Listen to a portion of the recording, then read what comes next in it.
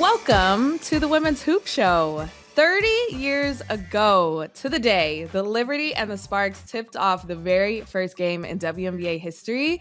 And this weekend, those same two franchises ran it back for the anniversary. Did the rematch live up to the moment? I'm going to say yes, absolutely. We'll recap it, and then we'll turn back the clock for an extended Hoop Root segment to revisit where the whole league began. Then the Commissioner's Cup race is down to the final two. We'll talk about some of the best games of the Cup and then discuss the matchup on June 30th. The Liberty and the Aces are going to battle at Barclays.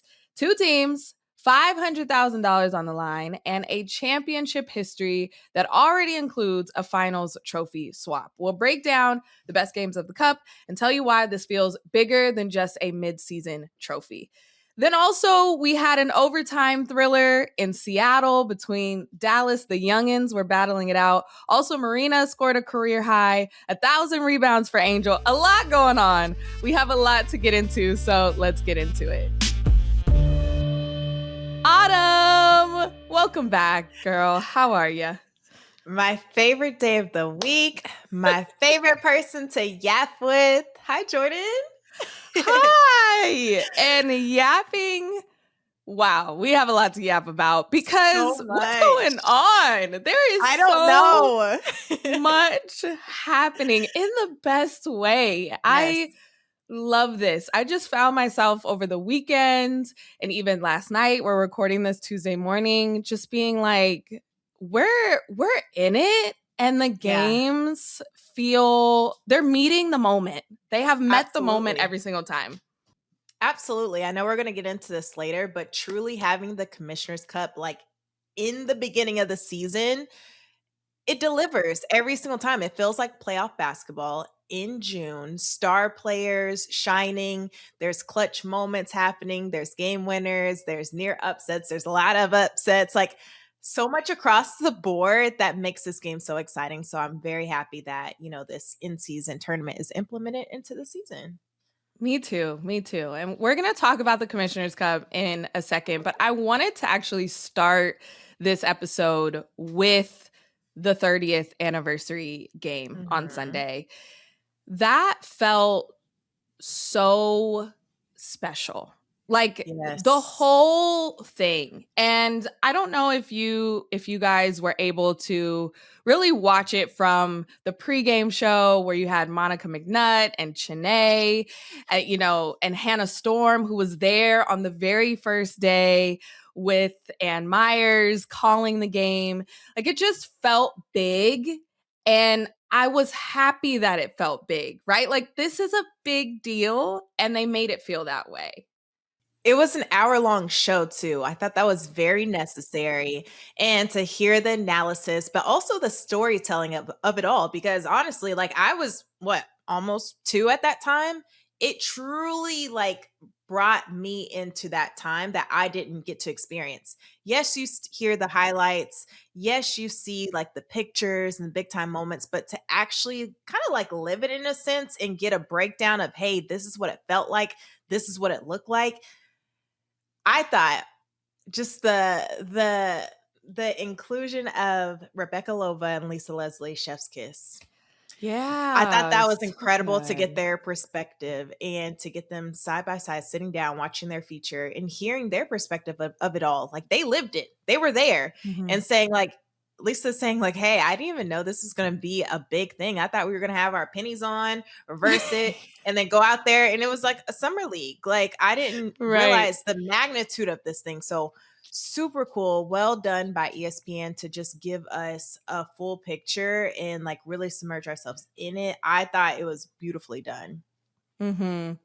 I think that portion that Lisa Leslie said is very important. And so this is also morphing into an extended Hoop Root segment because, of course, I have to. I was like, these are all of my favorite things. We have former WNBA players getting their flowers, getting honored. We have a whole bunch of history talking about the women's basketball. And then we get a buzzer beater, which we're going to talk about in a little bit. But I think that was important for Lisa to say, I didn't know this was going to be a real thing because previously it wasn't. Like there had been so many, people that said, I have the first WNBA. I have the women's pro league that's going to last. And then they just folded. And I'm going to quickly go through them to just really hammer home how huge a 30th anniversary is for a women's pro league in the US. So the very first one, we've talked about it. I have the ball up here. The WBL 1978. It started with 8 teams, just like the WNBA, but it only lasted 3 seasons. They had an all-star game. It was exciting, but only 3 seasons. Then the Ladies Pro Basketball Association, that was 6 teams in 1980, only a month. Only lasted a month. Then the Women's American Basketball Association, the WABA, 6 teams, 1984, but also folded after a few months. The National Women's Basketball Association, 1986, same season, only lasted 1 season. That happened over and over again. So when somebody comes in, and even when you have the ABL only lasting, a year or so, the WNBA, if you are a player, you rightfully so are like, all right, like maybe this will last 6 months, maybe. Right. So for it to last 30 years, I just really want to keep hammering home how it needed to feel like such a big deal and an anniversary, because it is. In women's sports, in women's pro basketball, it really is a big deal. Yeah, I love how Rebecca Lobo said too, like there wouldn't be a season 30 without a day 1. To me, that's so key to remember. Like it started from players who were trying to like operate in survival mode to keep this thing afloat and making sure that this thing is something worth investing into and something worth having 30 years of and 30 more years of. And really cool to just see. I think out of all this, what I love the most in season 30 is we are not forgetting our legends of the game. Having those legends there in that moment to get their flowers in real time, to be celebrated. We don't have this without them. So it's cool. That's why Nneka was so emotional after the game winner. She did it in front of those who have paved the way, and they didn't reap the benefits. They didn't get paid their value, yet they're still here supporting, because that's what it was all about from that day one, creating a foundation, laying it brick by brick to see what we're seeing today. Mm-hmm. How amazing was that jump ball between recreation between Lisa Leslie and Kim Hampton? Both aging like fine wine. Yes. I love Rebecca Lobo saying Kim was talking smack in the Liberty group chat. She was talking about how she lost the first jump ball in 1997 because Lisa crowded her space. Like, all of this is pent up for 30 years, and you get a chance to do it again. And Lisa, in heels, wins again. Girl, with the suit. With like, the suit on. Period. Just immediately taunts the crowd. Just like, it was such a good moment. I loved that so much. But that's what I'm talking about. Like, let's wrap our arms around them and love them. Like, this is what we get. The banter, the just seeing them in real time, engaging with the crowd. That's what it's all about. Let's celebrate our legends. And I'm so glad they got that. Was also very smart to think to recreate that. Oh, yeah. Yeah. I loved every bit of it. It was so funny. It was so cute. You can tell, like, they're still competitors. Oh, yeah. Like, there was like seriousness when they were not playing. There were smiles. But they were not playing. They were not playing. Okay, no. So then the game starts, right? After that ceremonial jump ball, Lisa goes with the Sparks huddle. Kim goes with the Liberty huddle. They give them a quick pep talk. And I loved how it was that rivalry kind of renewed. The old players were there. And they were like, yeah, it's Go Liberty. Like, Teaspoon was like, it's New York all day, every day. And the game started. And the Liberty felt that. Like, they got out to as much as a 17-point lead. And I think all of us were like, okay, She's Yeah, kind of it putting a was cute. damper. So put a little bit of a damper on this whole anniversary. This is going to be a close battle. So I don't know Right. about you, but I was feeling like I wish it was a better game. And then it happened. It delivered. We get a better game. The Yes. Sparks woke up. They just started taking care of the ball, getting better shots. Nneka came alive. And then, Autumn, let's talk about that last play. Stewie missed some free throws, left the door open. Believe this was around 8 seconds left. The Sparks also challenged a play that gave up their last timeout. That's what really built the drama for me. I was like, I don't know, Lynn Roberts, you need that to advance the ball. You just don't know. So I don't know why you challenged there. But Erica Wheeler said, I don't need a timeout. I'm going to go the full length of the floor, 8 seconds. I'm going to drive, get a paint touch, had an open layup, maybe had a layup. And I was like, oh no. Passes it out to Nneka on the wing, drills it. You can see on the replay, JJ goes to KP in the corner. She leaves Nneka and goes to KP, who is a sharpshooter, but she was having an off night. It was Nneka's night. And drills it, buzzer sounds, game over, Sparks win. I'm smiling because you just like repainted that in my head. You did that so beautifully. Thank you. Thank you so much. No notes. Yes. How poetic too. Like because of who made the shot, the game winner in front of LA Sparks fans in their arena wearing number 30. Yes, Nneka went off to the Seattle Storm for new fans, but she is a Sparks legend. She represents the past, the present, the future of the WNBA. She is our president. She's a Sparks legend. She won a championship there, league MVP. It was poetic by like the fact that she did it. And I literally screamed and ran around my entire apartment. Girl, I'm sorry to my neighbors, but not really. But not really. And even I thought a little bit deeper about this. Like the shot was really cool because of like the evolution of basketball too. Nneka's a big shooting threes. Like the positionless play that we're seeing embodied that. It represented that. It symbolized that. Everything about that shot was so cool. The crowd pop. You could see like all the legends just like, whoa, like that's what I'm talking about. Being proud to represent honestly, really just Sparks, New York, whoever, but representing the WNBA, you could see how proud they were. And we don't have that moment if they didn't build it. Oh, I didn't even think about that. The position, the fact that Nneka was even at the 3-point line is this. And we talked about the score too, the score differences. I think the Liberty won 67-57 that first meeting in 1997. This was in the 90s.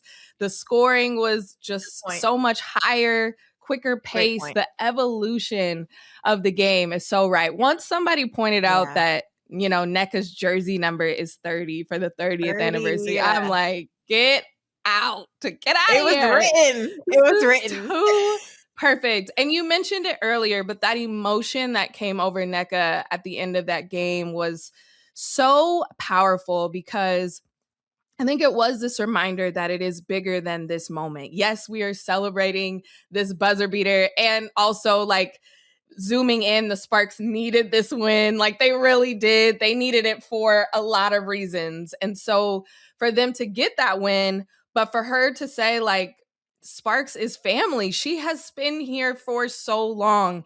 And I gotta throw a stat in there. She is now the franchise leader for the most go-ahead field goals in Sparks history. She's done it 3 times. She's done 3 buzzer beaters.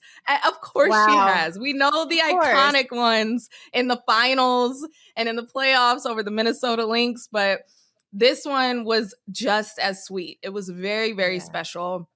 And I loved every second. I loved Lisa Leslie coming over and hugging her and just saying, I'm so proud of you. Her having Mm. so much on her shoulders after this off season of Mm. negotiations when we didn't even know if we were going to have a season.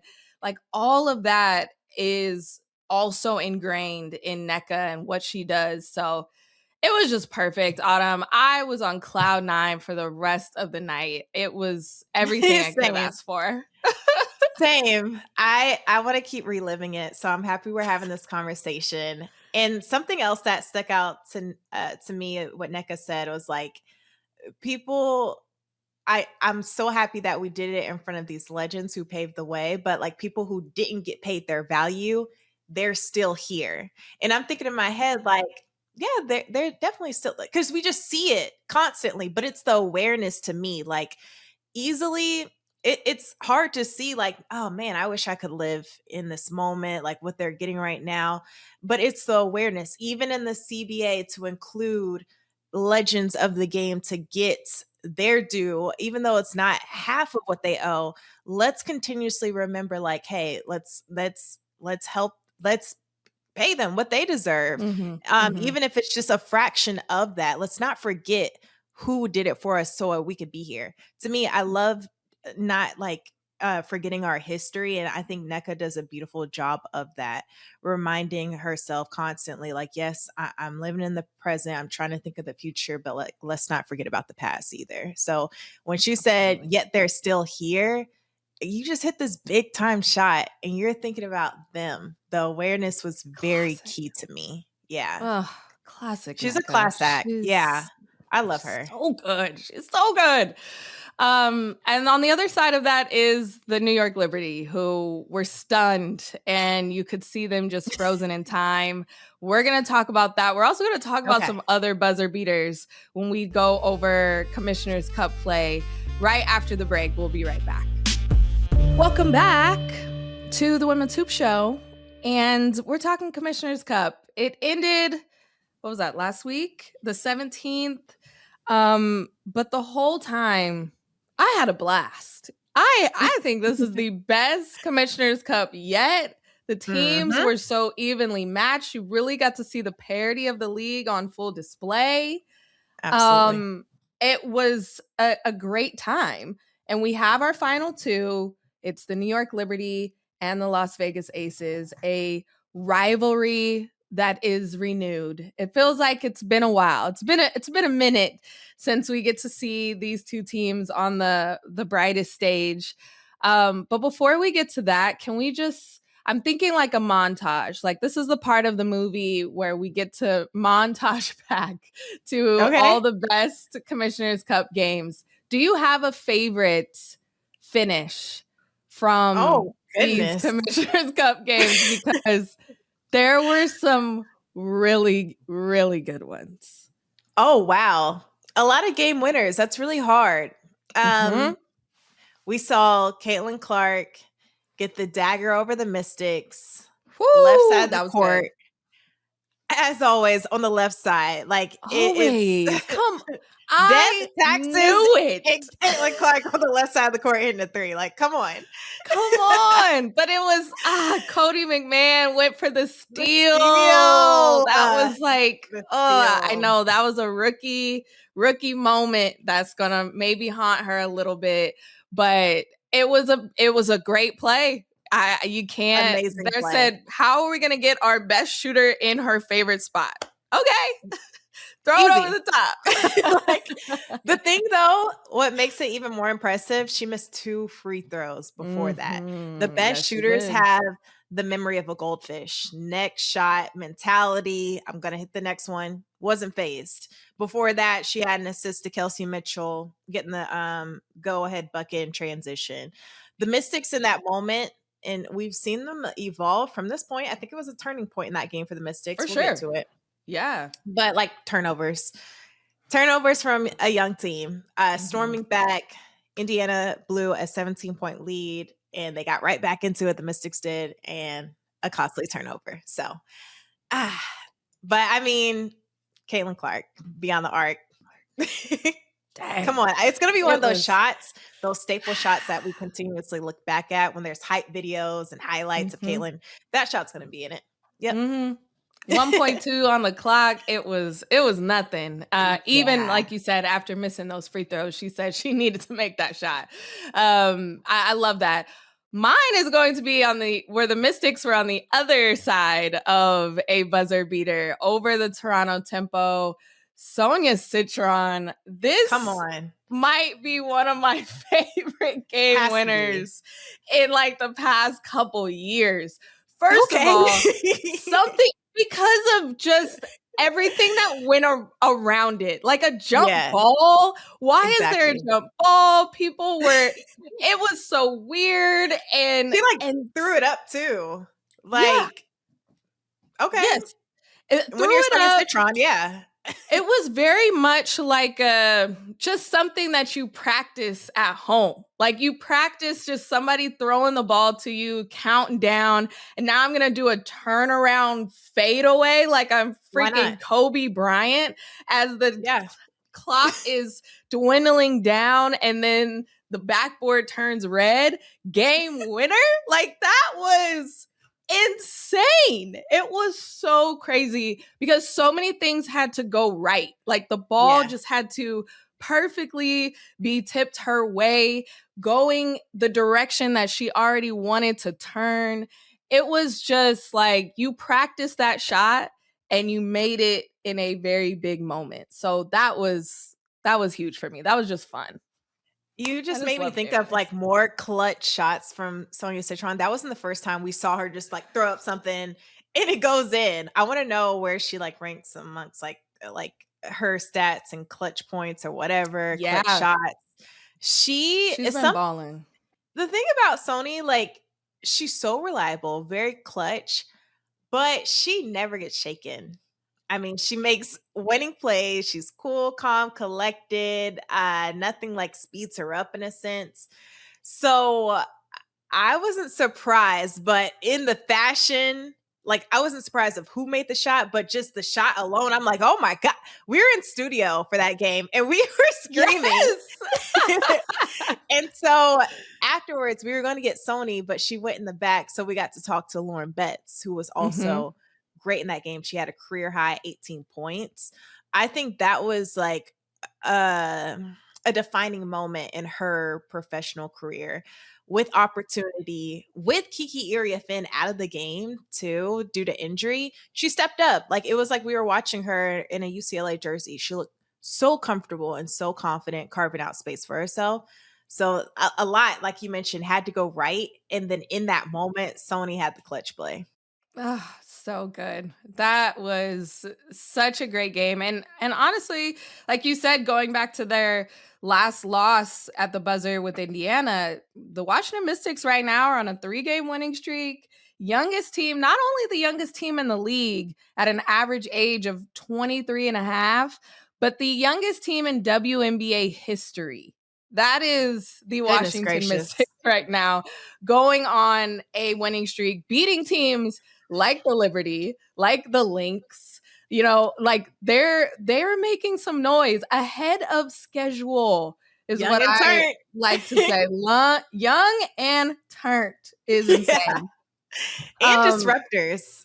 They're young, but Disruptors. they're gonna, I mean, they already have been. They're gonna continue to shake things up. They're a team that you can't just write off anymore. Like, okay, we're playing the No. Mystics, easy dub. Nope, you're gonna have to work for it.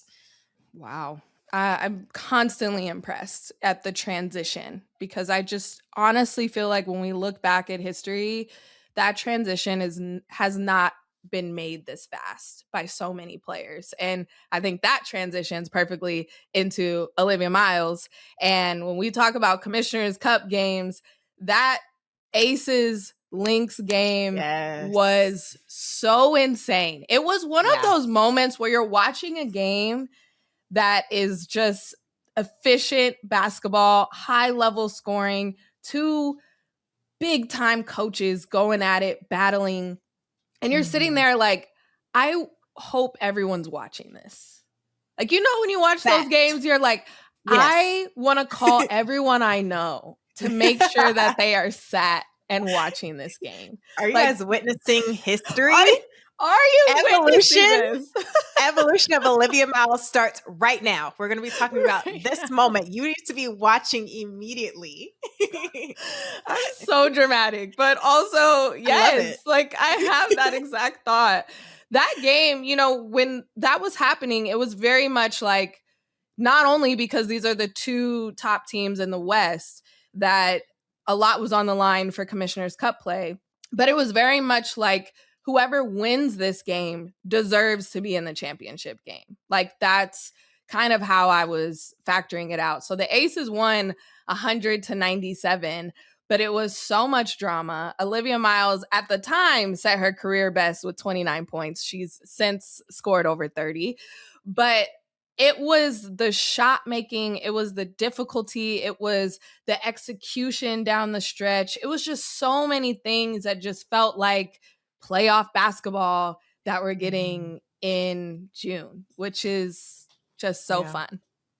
And look, I know the Aces won, but Olivia Miles, I will scream her name to anyone who listens to me. Like, I will not ever stop talking about her.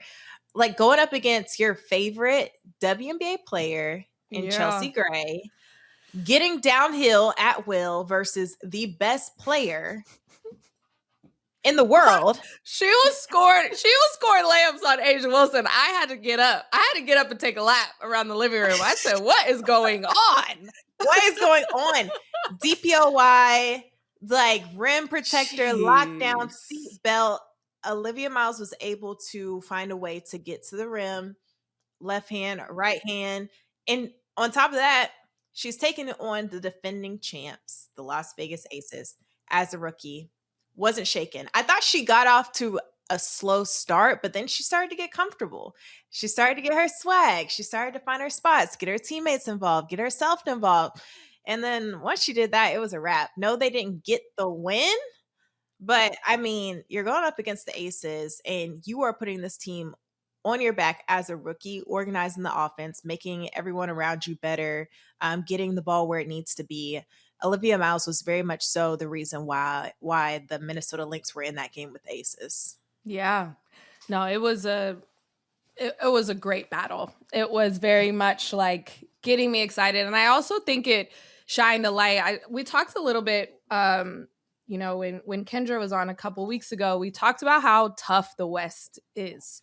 And this Commissioner's Cup really kind of shined a light on that. Not saying, New York had it easy by any means, but they went undefeated in their way to get to the championship game. But the West, there's a lot of things happening. And even just that very next game, the Aces lose by 30 to the Wings. Like, this is a team that's technically below you in the standings, but because it's just so much happening on the West Coast, best coast, by the way.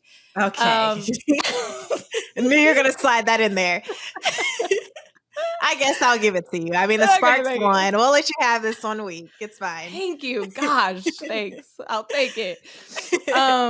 But it's a lot of back and forth there. And so even for their Commissioner's Cup to kind of go down to the very last day, the Aces needed to win over Phoenix. So to keep Minnesota out. It was a little bit of drama there, but let's go to the preview of this game and talk about the Liberty and the Aces, which we're actually going to get a preview tonight, Tuesday, because they face off for the first time this season, I believe. So it's a little bit of a dry run before the championship game next Tuesday. I kind of feel for the Liberty right now. And I want to know your thoughts on how it's a little bit of a roller coaster. It's like a kiddie roller coaster. It's not big twists and turns. It's just a little bit. They have a strong start to the season, then they have a 3-game skid. Then they go on an 8-game winning streak, and then they have another skid. These last, I think I just wrote about it, their last 3 games were a difference of 5 points total. Total. Yeah. 1 went their way. Yep.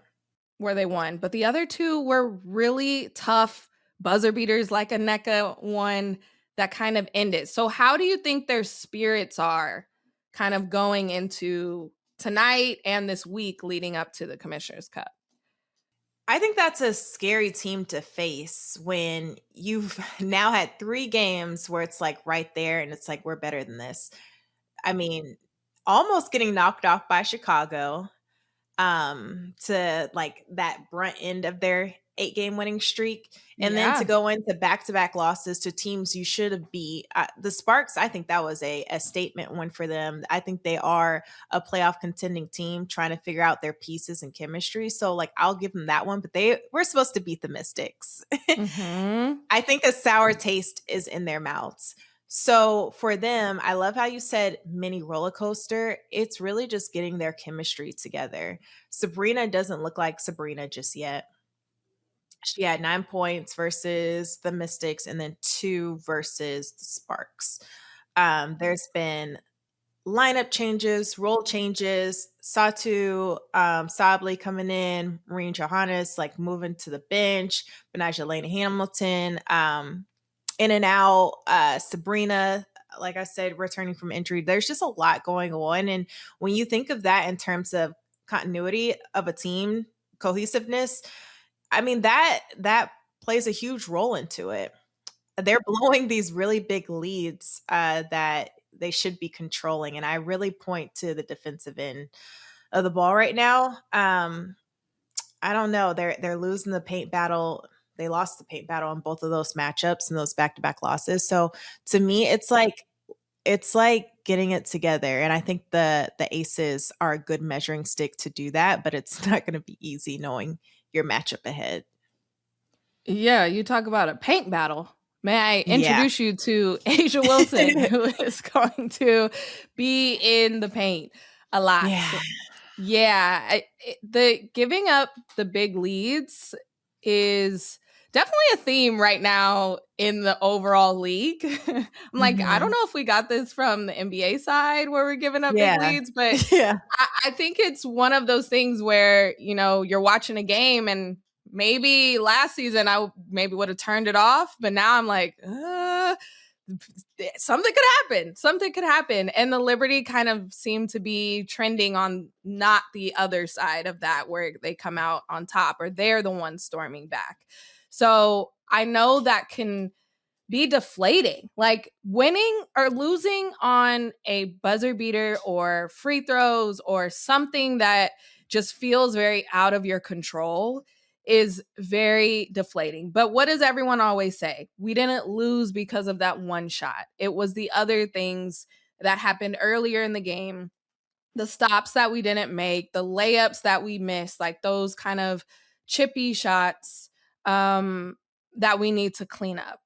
I do think it's helpful that they get off to strong starts because we know sometimes the aces doesn't always. Yeah. Um, but I'm just curious if we just take everyone away, it's going to be Stewie versus Asia. Who's That going part. to That win part. that battle? I think in previous years, they've kind of canceled each other out. I feel like I've sat Yeah. in this exact chair and I have said they are going to get 20 apiece and it's going to be null.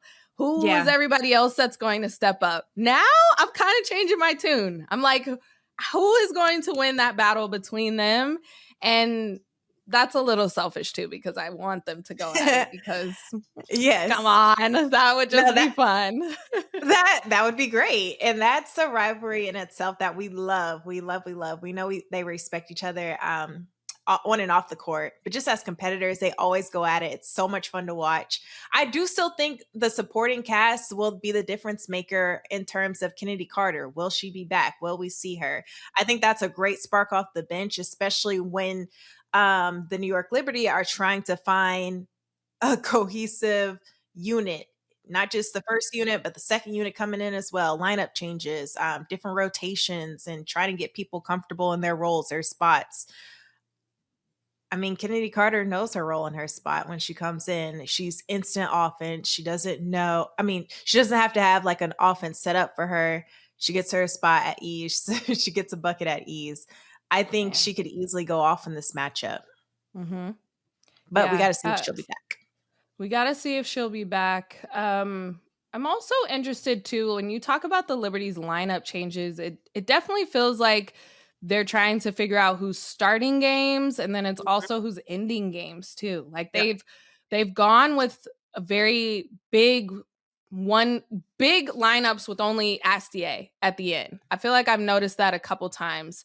And I think that's maybe because Sabrina's just getting back in these last, few games. But Astier has been balling and she has started the season off super strong. So is she going to take less minutes now that Sabrina's back? Like, I've always been curious how that kind of changing of the guard was going to happen.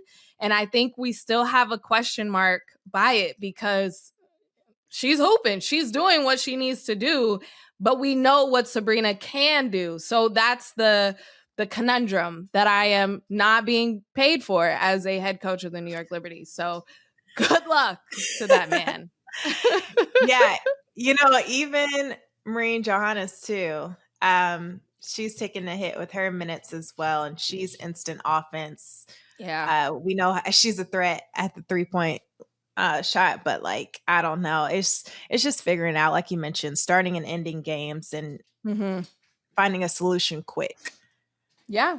And for the championship game, when we talk about the cup, all the things that factor in, it is going to be at Barclays. I think we have to factor in home court advantage. When we look back at other Commissioners Cup games, the last time, remember, like New York had to play somewhere else, like not even in the Ooh, outskirts of the city. I can't forgot even about tell that. you where it was. Remember, like they had Yes. something already scheduled. And I think that does play a factor. Like having home court advantage is huge. Yeah. The last time these two were in the Commissioners Cup final, it was the Aces that won. They were at home. That was in 2023, and they stomped them. Or New York won. New York won 82-63. I have that switched.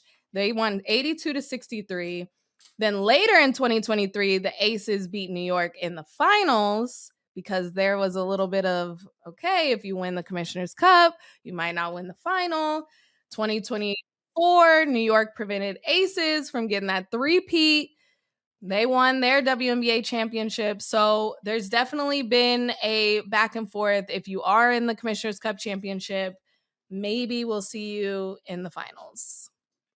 I Mm-hmm. totally forgot about the fact the 2024 game versus Minnesota Lynx, they played in Long Island. I just Long looked that up. Island. Come on. That's That's crazy.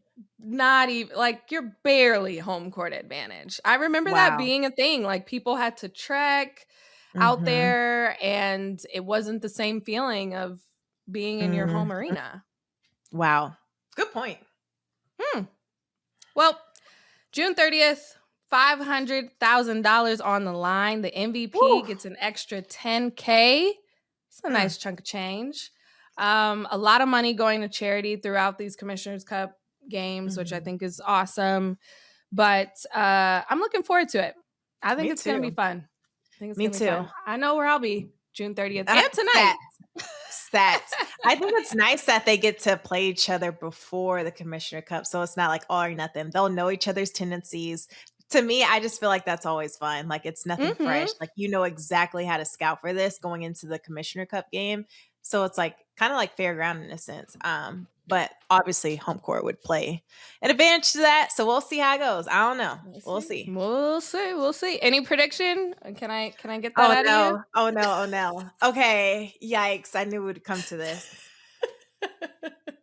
Honestly, I am favoring the Aces a little bit more than New York just because the up and downs that we've seen.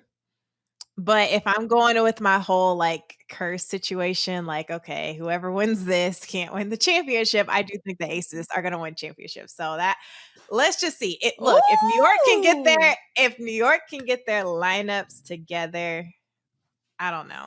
Who is your pick? Yeah. You know, I asked the questions. No, I'm just kidding. I'm like, is the same person that wins tonight? Are they also going to win come the cup game? Oh, I think I am also leaning towards Aces. And I am going to say a bold prediction that the curse may be lifted. Because last year, the Commissioner's Cup wasn't it the Fever and the Lynx? Right? Yeah. Yeah. Yes. Neither of those teams even made it to the finals. So I think there needed to be 1 year where the curse was not wasn't accurate. So now we hit reset. The curse is made up, guys. It's not real. It's made up. Mostly by me, because I was pushing that agenda a lot last year.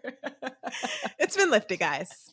Thanks to the Fever and Lynx. Yeah. So I think the Aces are just playing better.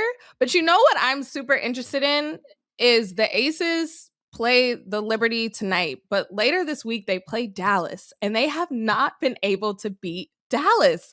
They match up so well with them that is like their arch enemy team this season. And so I think how that Dallas game goes will predict if they can get a win tonight, if they can get a win against Dallas, then they're going into the Commissioner's Cup like with a ton of confidence. So that was my non-answer answer. Take that, Autumn Johnson. I kind of like saw the answer within there. We're gonna go with Aces for both of us. Okay.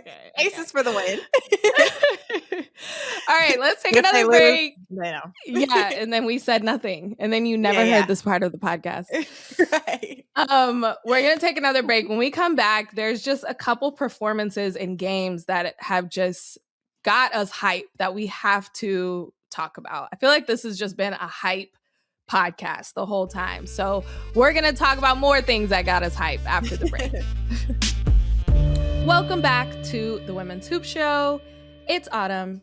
It's me, Jordan Robinson. We're hanging out and we're just going to fangirl because really that's most of our job. If I'm being honest, it's like, all the other things, fangirl, number one.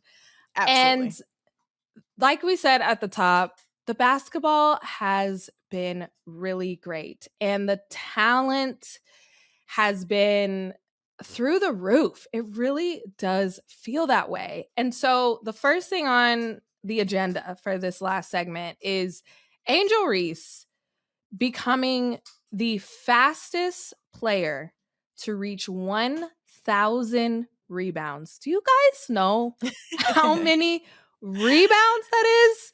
1,000 rebounds. And she did it in 10 less games than Tina Charles, who is the all-time leader of rebounds. So let's just we got to put this in perspective. 79 games to get 1,000 rebounds.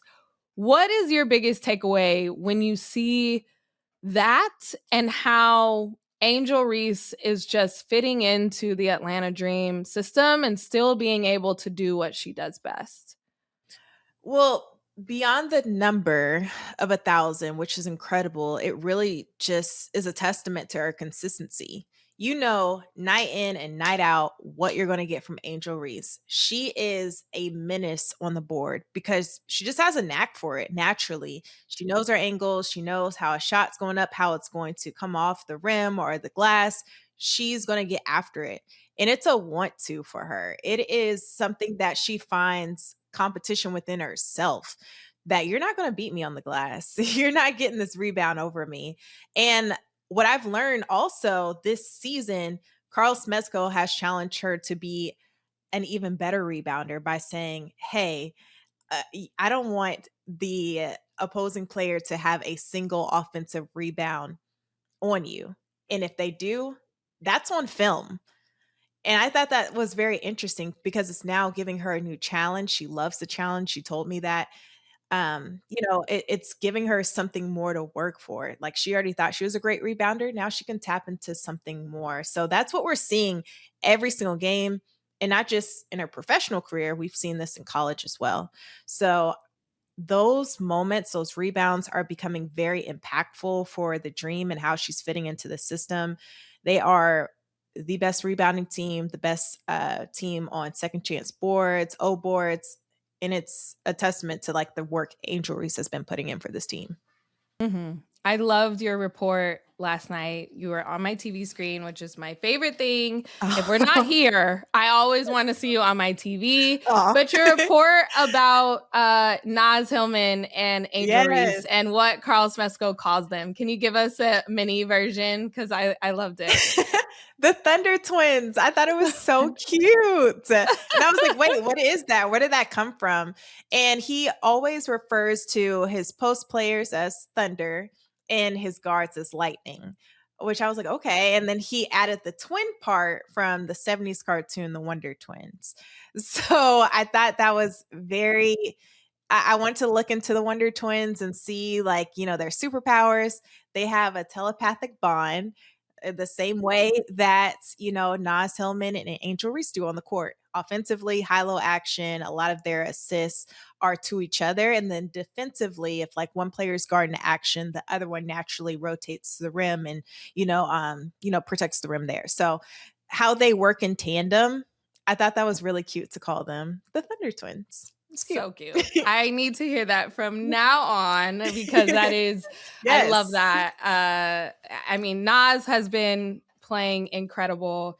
Yeah, Ryan Howard has been playing out of her mind. Just the Atlanta Dream. ESPN just man. came out with their power rankings this morning, and Atlanta is in that number one spot. They look As they should. as advertised, I guess. In I think those huge wins back to back over the Fever were very statement wins. When we talked, earlier in the season, kind of in that season preview of like, close games, is the Dream going to be able to do that? They have shown growth there to me very much. And so I just find myself rooting for them and watching them because it is all these pieces coming together over the course of years of putting this team. And you still don't have Bree Jones, which, by the way, is there any update or anything on a timeline on when we could expect her to be back? We got a league-wide email saying like Bree Jones is close to coming back and like she's working through her process, but like we already knew that. So it didn't really give any new information. I got so excited when I saw the headline come on my email. I was like, okay. We already know. The team's being like very closed off about it, so I don't know anything. But I think it's very soon. She's been like working out. I've seen her on the sidelines, you know what I mean? Getting close. I don't think she's done any team activity. Don't quote me on that. But hopefully very soon. I hope before All-Star break. That would be nice to see Bree Jones. So we'll see. Obviously, they want to have her as healthy as possible. I do love the fact that she doesn't have to rush back. You know what I mean? Like they're doing great. And this next trip is going to be kind of like a revealing part of their season, like this West Coast trip, taking on the Valkyries back to back. Yeah. Seattle is like young and hungry. They're figuring things out, and then they have to go play the Mystics. You're on the road constantly. So just like the rest, the recovery, utilizing your bench more, I think that's going to show a lot about this dream team and who their identity will be and just kind of like upholding the consistency that we've been seeing. For sure. No, this is a huge trip for them. They're on a 4-game winning streak. And if they come out of this, you could be on a 7-game win. Like this could be a big trip. So I'll be looking forward to that.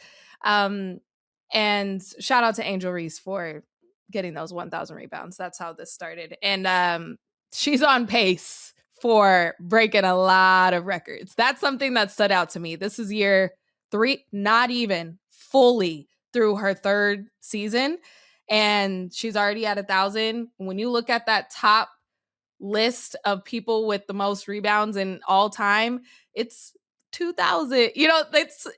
She could do some damage if she's in the league for a long time, which I think she will be. Okay. Can we talk about Marina Mabrey for Absolutely. a second? Because one, she went away from the bun this year and she's rocking the ponytail. And you know, I always notice the hair. You do. And her hair is like really long, which in the Yeah. bun, it's kind You of didn't know. masked. You didn't know that she had that much hair. Yeah. It's darker and it just feels like she's coming out with a different mode being on the tempo. And seeing her erupt for 37, and it was 21 in the fourth quarter. 21 in the fourth quarter. Tied a record for 9 made threes. Mm-hmm. She is that girl. And Yes. we've known this. We saw it at Unrivaled when it was, what was it, 47? At Unrivaled in Philly. She is really taking on this new role. And I thought it was just so cool that she got her first Player of the Week honor this season. Her and Slim have been working in tandem, but now Slim is injured, which really hurts my heart. But now Marina can really be that one option, that number one option. And I think she's really blossoming into that type of player. And it's been cool to watch. What do you think? Absolutely. Marina Mabrey is not just one of the best shooters in this league, she's one of the best players in this league. And to now be the star, the face of a franchise, you see a franchise truly buy into that. And, you know, they believe in that vision that Marina Mabrey is a great star in this game. She shows that every single game, a microwave player who can go off at any given moment. I even think back to the Mystics game we were just talking about. Like, she hit crucial. I think it was like 4 threes in one quarter. I was like, girl, hold up. Yes. Get hot in a She's second. insane. Like, She just needs to see one go in. She only needs to see one. And I just love how she just puts the steam on her back. Like, to have 37 points and to do it 9 threes, shooting 75%. Like, that's in her. That's something that just can't be taught. That's truly something, like, when she gets in that mode, it's game over. They're calling it, I just looked, they're calling it the Steph Curry mode when she just goes, it's kind of Yeah. like you go unconscious. Like, you're just not Absolutely. even thinking anymore. And I was trying to look up to see if she's ever been in a 3-point competition. I don't think she has for All-Star. When we're All-Star is right around the corner, which is Yeah. insanity. But when we Yeah. start thinking about that 3-point competition, I don't know if she's ever been in one. I can't remember right now. But I would love to see her in the 3-point competition. And I think we got some hitters this time around. Like, this could be a really, really great 3-point competition than we've had before. So we don't know, and we won't know until probably like the day before, because that's how it's historically been done. But I hope she gets in there. This That game needs to alone change. could have it does need to change. We need more time. But this game alone should have put her in that competition to me. It's a 9 and 3. no-brainer. I looked it Yeah. up. She has not participated in a WNBA All-Star 3-point contest. Marina Mabrey needs to be in there. That needs to change this year. This year. Make it happen. Make it happen. Not playing. Okay, last thing. But when we first got on this recording, I was like, did you watch the overtime Dallas and Seattle? Which, talking about West Coast, I had the thought of all you East Coasters. Like, there's no way you guys are watching this. I'm asleep. Way too late. But also you were like, oh no, I had a game. And I was like, oh yeah, you were on my TV screen. I just watched you. Why would I think you were at home watching this game? I'll never lie to you, Jordan. I'm like, I could have been easily like, yeah, no, girl. I did not. I'm going to watch it today. Today's my catch-up day. No, I did not watch it. It was totally my fault. Like, of course you're working. You're Autumn Johnson. Of course you're working. But let me catch you up. Okay. Let me get you up, because this game, there were a lot of games on yesterday, a lot of good games, some blowouts, but this game was one of those that maybe didn't jump out on the schedule to me because Seattle has, unfortunately, I don't think it's a testament. We've said it over and over. They're on an 11-game losing streak. They have only won 3 games, but that does not tell the whole story. And I think this game was such a testament of that. First of all, even though we talked about the Mystics being the youngest team in the league, these are still 2 young teams, Dallas and Seattle. And when I saw them on the court, it was the future of the WNBA to me. And I just got so excited. We started this recording, we started this episode talking about the history and the players, you know, from 1997. When you watch this game, it is fully the evolution of the WNBA. First of all, high scoring, okay? And it looked like a glorified pickup game in the best way possible. It was like, give me the rock, I'm going to score, then you going to get down, you going to score, and we just going back and forth, and it's, you know, okay, Paige, you get it, the rest of us clear out. Like, that's what you do in pickup, right? When someone just has the hot hand, that's what you do there. Dallas ends up winning 112-110, but the Seattle was very much winning. I would say they were in full control towards the end of the game. And then Paige Beckers happened. Paige Beckers said, you know what? I'm going to decide that we win today. And she goes off for, I think, 8 straight points to tie the game. Tough buckets, Autumn. Tough. I'm talking driving left in the lane, stop on one foot, turn around, midi. Then the next time, fast break almost, 3-point at the top of the key, leaning in, not even feet set. Like, let me just shoot this real quick. Then the next time down, okay, let me just get it on the right wing, jab step, pull up 3.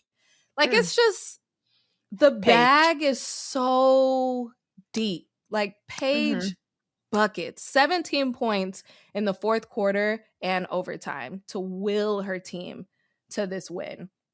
I'll also say AZ Fudd had a career high night, 26 points.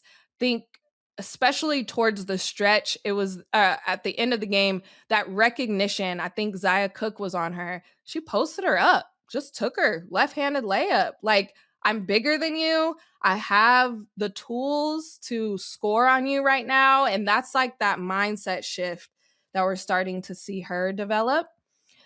But what I really came here to say today, ladies and gentlemen, is Dom Malonga. There we go. That's my girl. 37, Autumn. Nearly 37 is insane. I'm so mad. I got FOMO just listening to this. I hate not watching things in real time. I know, but it's not real time, and I'm really upset about it. It's okay. Okay. Because when you are watching it, whenever you do, it is such scary hours. This is ahead of schedule. We talk about ahead of schedule on the rebuild. We talk about ahead of schedule on this 19-year-old. Oh, maybe in 5 years. La, la, la. Right now. 37 piece now. Take it now. Wow. It looks like a completely different human being from those early days when she first got on the court with Seattle. It's demanding the ball. It's 24 shot attempts. Like, that's the type of Dom Malonga that we can see one day. Like, it's so good. Awa Pham, 18 points, 3 blocks. That's 19 years old. 19. The future of the league, it's in great hands, and I love that for us. Oh my goodness. All the 1 and 2 year players went off. AZ, Paige, Awa Pham, Dominic Malonga. I mean, I see Pelage got some great buckets. Like, we're in great hands. Zaya Cook. Yeah, 18. Yeah, Zaya. She's been a spark. I'm so happy for her. Just with opportunity. But Mm-hmm. we're seeing that across the board.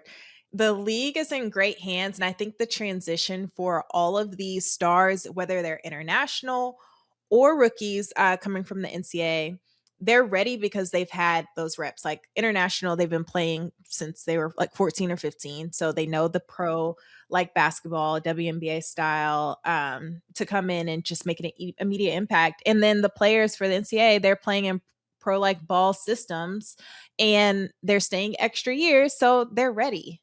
I love to see it. I love to see it. That makes me so happy to think what's in store for us. Me too.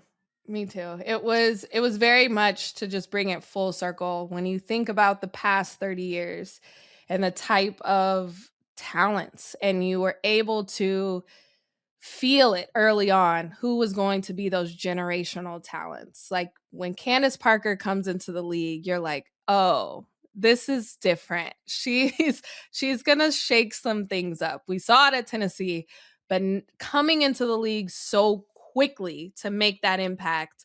Wow. When you saw Maya Moore in those early days, you're like, "Okay, this is a different type of player." So I never want us to take for granted when we get those same feelings again. And when we're getting those with so many players, that is so exciting when we think about the next 30 years. When we think about the 60th anniversary of the WNBA, these are some of the names that we're able to watch now in their prime. I think back to when Paige was talking about Dom Malonga and Unrivaled, saying this is the worst she's ever going to be. And Oof.